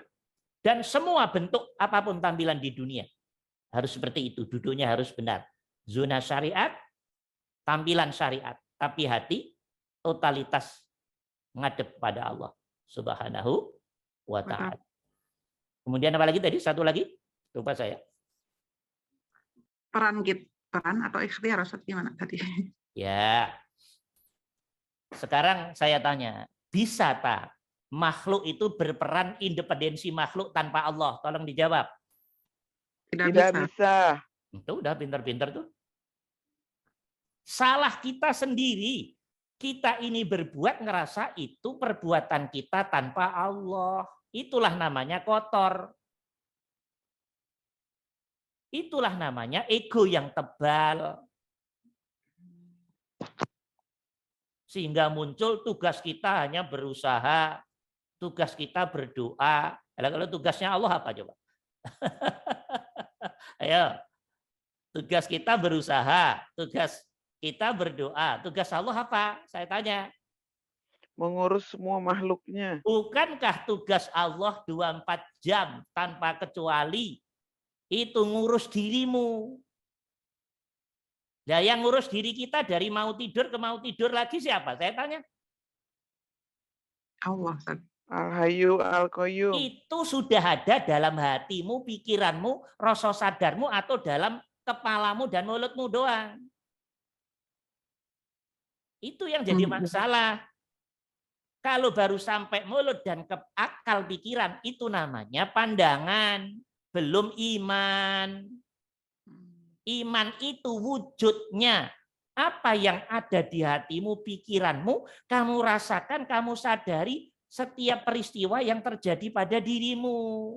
Ini sumbernya Allah, sumbernya Al-Hayyu Al-Qayyum, wujud on di kesadaran dan rasamu. Itu iman. Iman bahwa qada takdir, begitu tah? Iman bahwa Allah adalah pencipta makhluk dan yang dilakukan makhluk. Ayatnya wa huwa khalaqakum wa ma ta'maluna. Dia Allah yang buat kalian dan buat apa yang kamu lakukan. Jadi Allah itu bukan hanya buat kita doang, tapi juga membuat af'al pada diri kita. Ketika kita minum, bisa nggak ngerasain minum ini yang beri Allah? Minuman ini yang miliknya Allah, karena seluruh barang di alam semesta ini miliknya Allah. Oke, minuman yang miliknya Allah secara hakikat, ketika kita minum, yang memberi tenaga, daya, kekuatan, pergerakan, tangan bisa begini, mulut bisa ngesrot, dan kemudian mengolah minuman menjadi energi, itu dirimu atau Tuhanmu? Tolong akui, dirimu sudah mampu ngerasa ini belum? Apa ngomong doang tapi belum mampu merasakan? Rasakan, rasa, dirasa, disadari. Agama itu adalah Islam itu kalau sudah sempurna menghasilkan rasa dan kesadaran. Rasa kesadaran itu namanya iman. Nah, rasa kesadaran tentang ke Allah terus itu namanya ihsan. Maka ihsan adalah kesempurnaan wujudnya Islam dan keimanan. Lah kalau minum sudah nyadari ini yang beri Allah. Allah sedang memberi rizki pada dimensi kehambaan aku. Minum ya miliknya Allah. Pergerakanku digerakin oleh Allah. Minum bermanfaat, menghilangkan haus. Itu pun ya Allah. Mana yang bukan perannya Allah? Ya, biar kita paham. Usaha itu kalau kita kan diartikan usaha itu nyari duit doang. Kita haus. Kemudian ngambil air untuk minum menghilangkan haus. Ini usaha apa tidak? Usaha. Nah, ini contoh kecil aja nih. Karena kita pahamnya usaha kalau nyari duit doang. Saking nggak pinternya kita ini. Ya, iya enggak nih? Kebanyakan ngartiin usaha itu aja toh. Saya haus, kemudian minum. Ini usaha apa tidak? Usaha. Nah, sekarang saya tanya. Kalau saya haus, kemudian pengen minum. Pertanyaan saya, pengen ini yang munculin siapa? Al-Hayyu Al-Qayyum. Nah, tuh. Mulai ketemu toh. Pengen minum itu yang mengirimkan ingin minum siapa? Al-Hayyu Al-Qayyum. Al-Hayyu Al-Qayyum ngirimin pada siapa? Pada kita. Pada hamba. Lah, Pada gerak-gerik keinginan Al-Hayyum yang dihentakkan pada hati pikiran kita sudah kamu rasakan apa belum?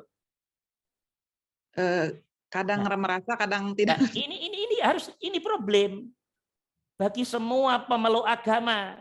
Karena kebanyakan kita di ngomong doang. Belum mampu merasakan gerak-gerik Al-Hayyu Al-Qayyum. Bukankah keinginan kita pengen minum itu perbuatan Allah yang dikirimkan kepada hati kita, pikiran kita? Rasa zahiriyah jasad kita? kemudian digerakkan tangan. Siapa yang gerakin tangan, yang memberi kekuatan, daya hidupnya tangan ini siapa? Al-Hayyu Al-Qayyum. Bisa tanganmu gerak sendiri tanpa Allah? Gak bisa, Ustaz. Masih mau ngomong kita usaha tanpa Allah? Enggak, semuanya sama Allah. Bagaimana caranya kita bisa ikhtiar tanpa Allah? Berarti orang yang ngomong tugas kita usaha nggak paham Allah sama sekali. Yang benar, yang menggerakkan kita usaha, ya Allah itu sendiri. Paham? Ya, Ustaz. Ini urusan kesempurnaan iman dan keihsanan. Maka orang yang sudah sampai usul pada Allah, minum pun kelihatan. Perannya Allah dirasa. Begitu minum, celeguk-celeguk. Ya Allah. Hatinya pasti akan merosok. Engkau sedang memberi minum pada hambamu, ya Allah. Suwun, ya Allah. Loh, alam rasa sadarnya bekerja untuk itu. Berarti kalau minum dengan rasa kesadaran, menyadari minum ini miliknya Allah, perintah minum atau keinginan minum itu ya dari Allah, gerak-gerik tangan, mulutnya berfungsi semua juga sumbernya Allah, kemudian menghilangkan dahaga itu ya perannya Allah. Mana yang bukan Allah? Saya tanya. Mana yang bukan Allah? Yang membuat ini tadi semua adalah Al-Khaliq. Wa huwa khalaqakum wa ma ta'malun. Dirimu yang mampu merasakan dan menyadari apa belum? Kalau belum mampu merasakan dan menyadari, itulah namanya hamba yang lalai. Hamba yang tidak bersyukur. Hamba yang tidak kenal Tuhannya. Hamba yang dablek, bahasa saya ini. Hamba yang hati pikirnya buta. Hamba yang hidup tapi sebetulnya sudah sama kayak orang mati. Hamba yang kayak hewan kal an'am. Oke, banyak sebutannya dalam Al-Quran. Untuk menggambarkan gerak-gerik Allah terang benerang dalam kehidupan semesta ini. Kok ya nggak kelihatan semua. Yang kelihatan gue melulu. Saya melulu. Tapi yang begini nggak salah. Ini proses. Ya, proses. Saya dulu begitu juga. Tapi nanti semakin ilmu ketuhanannya semakin tinggi, zikirnya semakin istiqomah, laku ikhlasnya. Itu yang bahasa gitu-gitu tadi, yang ego-ego gitu tadi, malu sendiri nanti pada Allah. Ya, ending-endingnya ya kebodohan-kebodohan juga. Satu. Yang kedua, belum diberi sadar oleh Allah dan belum diberi rasa oleh Allah. Salah Ustadz, dilihat secara syariat mungkin salah. Dilihat secara hakikat itu biasa, perkembangan. Oke, ya. Bisa dimengerti ya? Paham? Ya. Ya, itu aja mudah-mudahan bisa membuka yang lain. Ya. Jadi kapan diri kita ditinggal oleh Allah? Ditinggal oleh Allah kita udah bangkai kita. Udah kayak mayit itu loh. Mayit itu mau ditendang, mau dibakar, ya diem aja itu. Kenapa? Dia sudah ditinggal oleh ar-ruh. Ruh yang diliputi oleh nurullah sudah nggak ada pada dirinya. Maka orang kalau udah mati mau ditendang, mau dibakar, mau dia apa ya nggak ada masalah. Maksudnya nggak ngerasa apa-apa. Paham? Nah, ketika dirimu bisa bergerak, senyum, berbicara, lo sadari siapa di balik itu. Siapa yang memberi manfaat itu. Al-Hayyu Al-Qayyum. Tapi jangan diomongan. Jangan diomongan. Di hati, di pikiran, di rasa, dan di kesadaran. Kalau ini sudah jalan di hati pikiran teman-teman, nanti kok aku hamba itu nanti akan malu sendiri. Yang belum malu ya dasar masih ndablek gitu aja. Biarin, nah itu masih proses. Ya apa-apa kalau masih proses begitu. Jangan galak-galak ya. Nanti akan malu sendiri loh. Ustadz berarti dosa kita pada Allah itu gede banget. Terus nggak usah diomong.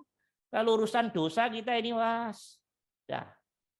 Banyak sekali. Andaikan Allah mau saja memasukkan ya neraka dari kesalahan kita. Udah nggak usah diomong. Saking banyaknya dosa yang bahkan karena besarnya dosa kita nggak menyadari kalau itu dosa kok. Ya, saking nggak pahamnya kita tentang diri kita. Ya, oke dah, oke itu aja mudah-mudahan paham. Ada satu lagi mungkin? Terima kasih Ustaz. Ya, oke. Yang lain kita persilakan. Ada satu lagi? Ya Allah.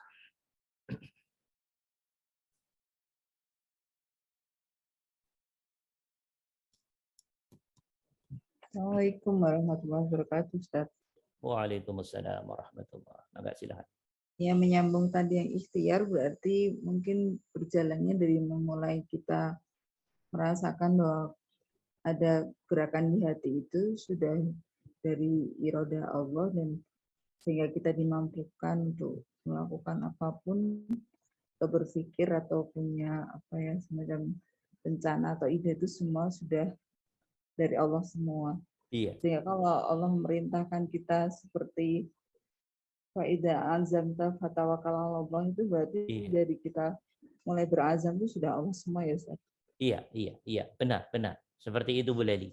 Jadi ini sebetulnya hanya perjalanan spiritual aja, teman-teman, Bu Leli dan teman-teman. Hanya perjalanan spiritual.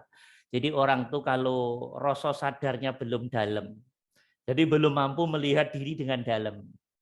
Ketika belum mampu melihat diri, fakta diri dengan dalam, maka Allahnya nggak kelihatan karena ketutup oleh kebelum sensitifan ruhiyah kita tadi. Maka itu kemudian kita yakini benar, kita pandang benar saat diri kita masih pada zona itu tadi. Itulah sab-sab menembus diri. Pasti ngerasa benar, yakin ini, nggak apa-apa ya. Satu saat dikasih pelajaran oleh Allah baru nambah dikit kesadarannya. Itu memang begitu. Itulah kehidupan. Nah, sangat beruntung diberi kesadaran rasa oleh Allah tanpa dengan peristiwa yang ekstrim-ekstrim. Itu beruntung sekali. Jadi yang benar, Bu Leli dan teman-teman. Begitu kita ditanamkan keinginan, sudah disadari. Ini gerak-geriknya Al-Hayyu Al-Qayyum. Setelah itu berusaha apapun bentuknya. Kadang usahanya tidak sesuai keinginan, dan sesuai keinginan kan nanti dibagi menjadi begitu. Kalau kita pengennya, nafsu kita pengennya sesuai keinginan terus, lah itu namanya sudah nggak benar, karena kita sudah nyetir Allah. Bagaimana makhluk nyetir Allah? Yang jadi Tuhan Allah atau kita? Nah, kalau orang yang beriman yang benar, dia menyadari keinginan ini sudah dari Allah, disadari.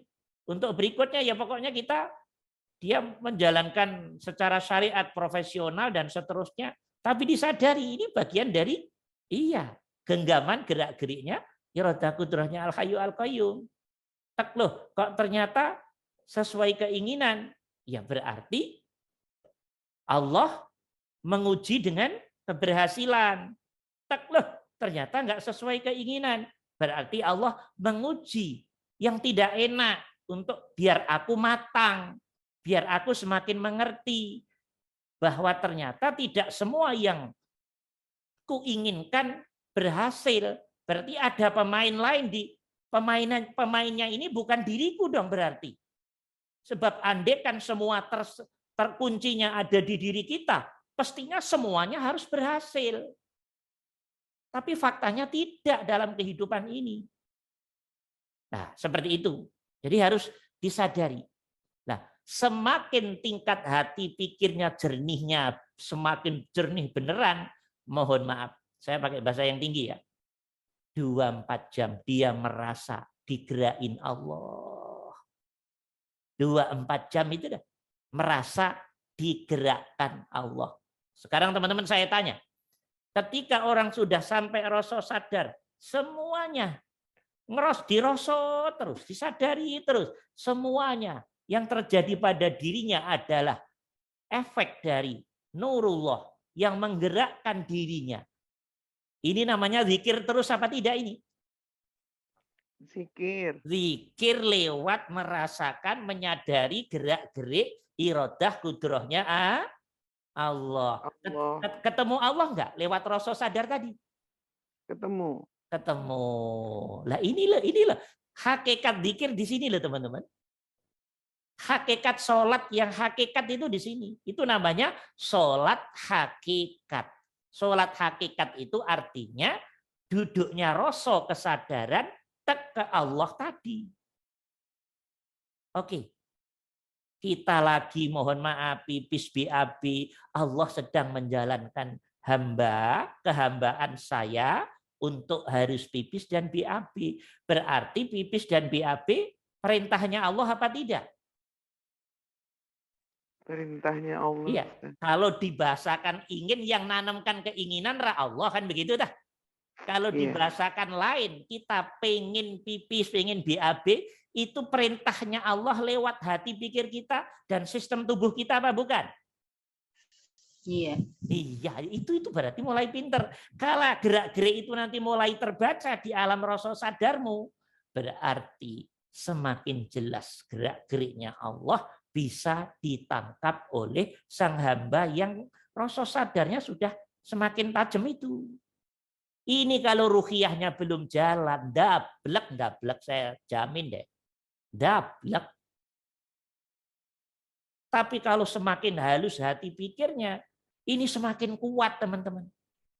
Mendudukkan hati pikir di sini. Jadi yang kelihatan tuh semuanya adalah kiriman, sumbernya ya Allah sendiri. Nah, kalau rasa sadar terus begitu, 24 jam, ya inilah para wali-wali Allah, para nabi dan rasul duduknya di sini loh teman-teman.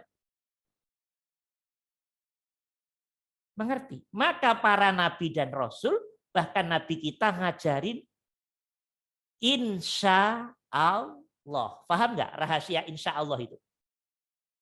Apa sih artinya insya Allah itu apa? Jika Allah jika Allah menghendaki. Lah, jika Allah menghendaki, bukan jika diriku menghendaki toh. Bukan. Kenapa?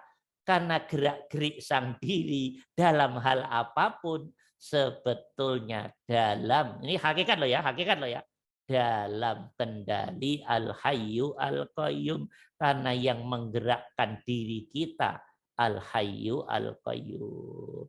Itu makna bagian dari kullum min indillah. Katakanlah Muhammad, semua sumbernya adalah aku. Tampilan enak nggak enak itu hanya tampilan di zona syariat, tapi dalamnya gue ente jadi layar filmnya doang. Gitu loh bahasa candanya. Bisa dimengerti. Lah, ketika sudah bisa duduk seperti ini dari keinginan dan af'al tadi ke Allah terus, ya berarti sudah hidupnya berarti sudah selalu bersama Allah toh, Bu Leli dan teman-teman. Yang bersama rasa sadar yang sudah silem di samudra keahatannya Allah tadi. Berarti sholat terus tah. Berarti zikir terus tah. Itu yang kita maksud itu. Sehingga kalau sempurna sudah di situ, nggak ada lagi pertanyaan kayak Amalia tadi. Berarti kita nggak berusaha. Lah itu tadi masih tegang-tegang tadi karena dalam proses ini. Kalau nanti hatinya sudah dijalankan oleh Allah di zona keinginan ini pun sudah gerak-geriknya Allah. Ini semua dirasa begitu. Berarti ya sudah. Itulah yang dimakna yang disebut wa huwa ma'akum. Allah selalu sudah bersama kalian lewat rasa dan sadar yang sudah on tentang ruhiyah ilahiyah tadi. Kalau Allah tetap meliputi semua makhluk, kalau Allah tetap bersama semua makhluk, karena hidup ini adalah hakikatnya adalah milik Allah.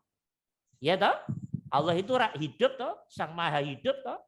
Nah, kita nggak punya hidup loh. Kita ini hanya mendapat pancaran dari sang maha hidup. Al-Hayyu Al-Qayyum.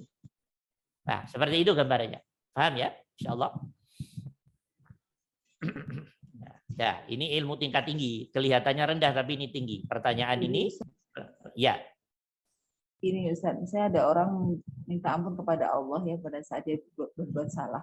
Itu sebenarnya tidak ada bedanya dengan pada saat orang itu berbuat taat gitu ya Ustaz. Jadi sama gitu. Artinya orang itu pada posisi apapun dari kondisi mungkin zahir dia baik atau tidak baik, tetapi hatinya selalu bersama Allah gitu. Iya, benar seperti itu. Jadi sebetulnya kalau Allah ingin jadikan orang itu taat kecil, sama kayak Allah kalau mau jadikan orang maksiat kecil. Jadi sama-sama kecilnya. Tapi bahwa kedua-duanya itu irama, itu yang diperlukan. Bisa dimengerti ya? Nah, ukuran taat bukan di dohirnya, tapi di fakta alam hati dan pikirnya. Dohirnya benar, hati pikirnya salah, salah. Oke? Bisa dimengerti. Ada ilmu yang tinggi, tapi belum bisa dibuka ke pertanyaan. Sebetulnya berkaitan dengan pertanyaan Bu Leli tadi. Tapi teman-teman mestinya kan sudah paham apa yang saya maksud. Bahwa tampilannya ada tampilan taat, ya sumbernya dari Allah. Ada tampilan-tampilan maksiat. Sumbernya dari mana coba? Setan. Loh, setan itu siapa? Dari iblis. Iblis itu siapa? Dia makhluk. Makhluk itu diliputi oleh Al-Hayyu Al-Qayyum. Diliputi itu maksudnya sekaligus yang memberi kekuatan, yang sekaligus menjadi sistem, sekaligus yang berirodah kudrah lewat makhluk-makhluk itu tadi. Loh Ustaz, berarti baik buruk itu tampilan kemutlakannya Al-Hayyu Al-Qayyum. Nah itu sudah mulai paham. Baik buruk itu kan hanya ada di zona syariat, teman-teman.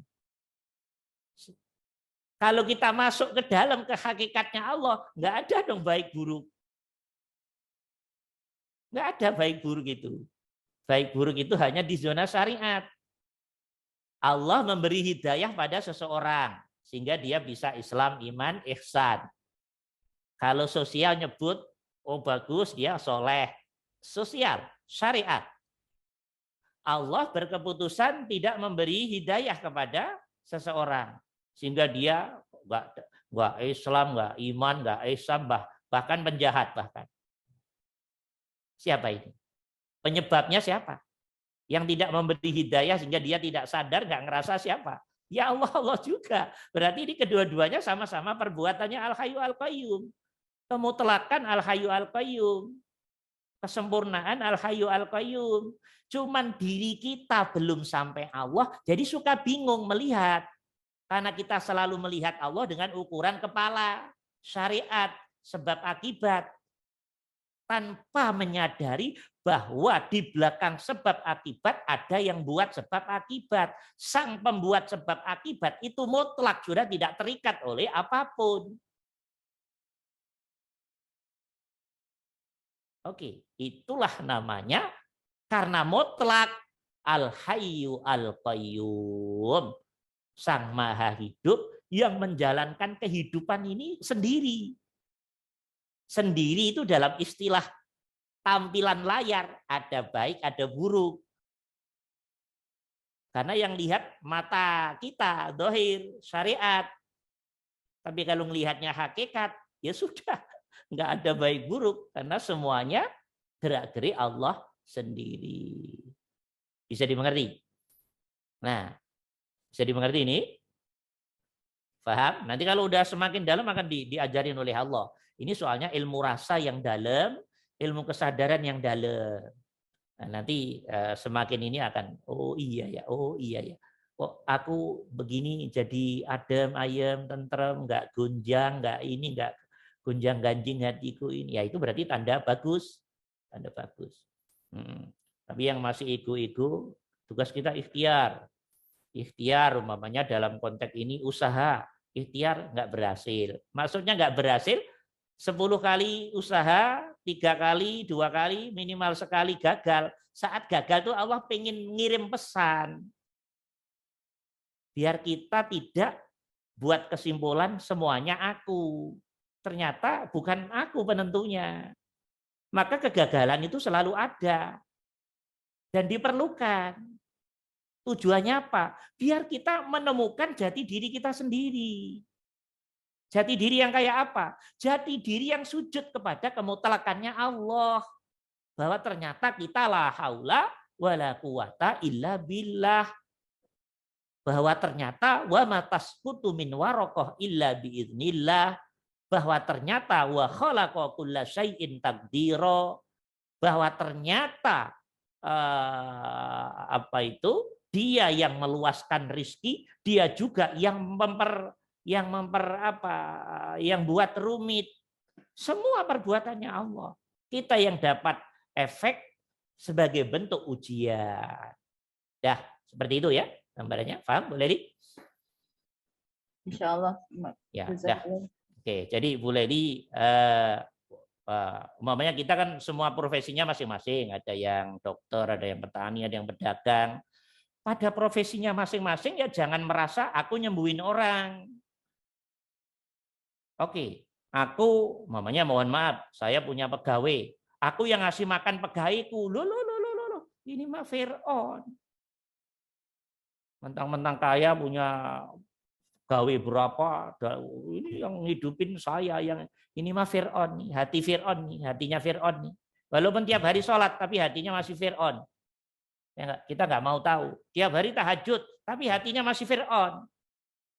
Kenapa merasa yang ngidupin dia? Kenapa dia nggak duduk, aku jadi alatnya Allah? Paling tidak begitulah duduknya. Aku jadi alatnya Allah untuk menjadi kepanjangan tangan. Iya, ini sekian orang, ratus orang, puluh orang. Nah, itu pun belum bagus. Belum bagus, masih merasa menjadi alat. Allah kok butuh alat? Lah bukankah dirimu itu diliputi Allah? Dan dia juga diliputi Allah. Hatimu tinggal duduk, tek. Ini hakikatnya iradah qudrahmu. Ya selesai. Berarti alam semesta gerak-geriknya Allah itu sendiri. Tunggal. Alam semesta ini gerak-gerik yang tunggal. Gerak-gerik yang tidak sendiri-sendiri. Tapi irama tunggal. Nah, kita yang belum mampu mengikuti irama tunggal ini. Masih sok jadi Tuhan gitu loh. Sehingga yang pedagang sok ngerasa untung karena dirinya sendiri loh. Masih begitu tuh. Yang petani begitu panen gede sok ngerasa hasil besar ini karena saya. Nanti yang mohon maaf nih, yang dokter ngerasa bisa sembuh karena kedokteran atau kehambaannya dokter. Ini semua duduknya hati pikir kayak Fir'aun. Maksudnya belum iman. Gitu loh. Fir'aun itu dinisbahkan belum iman. Gitu loh.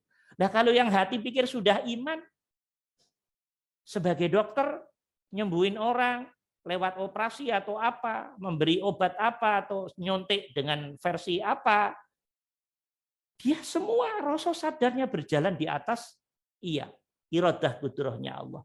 Begitu sembuh, Allah. Jadi semuanya Allah. Maka sembuh ya alhamdulillah, enggak sembuh ya alhamdulillah, sama. Yang pedagang juga demikian. Yang guru juga demikian. Sama semua. Dah, seperti itu gambarannya teman-teman.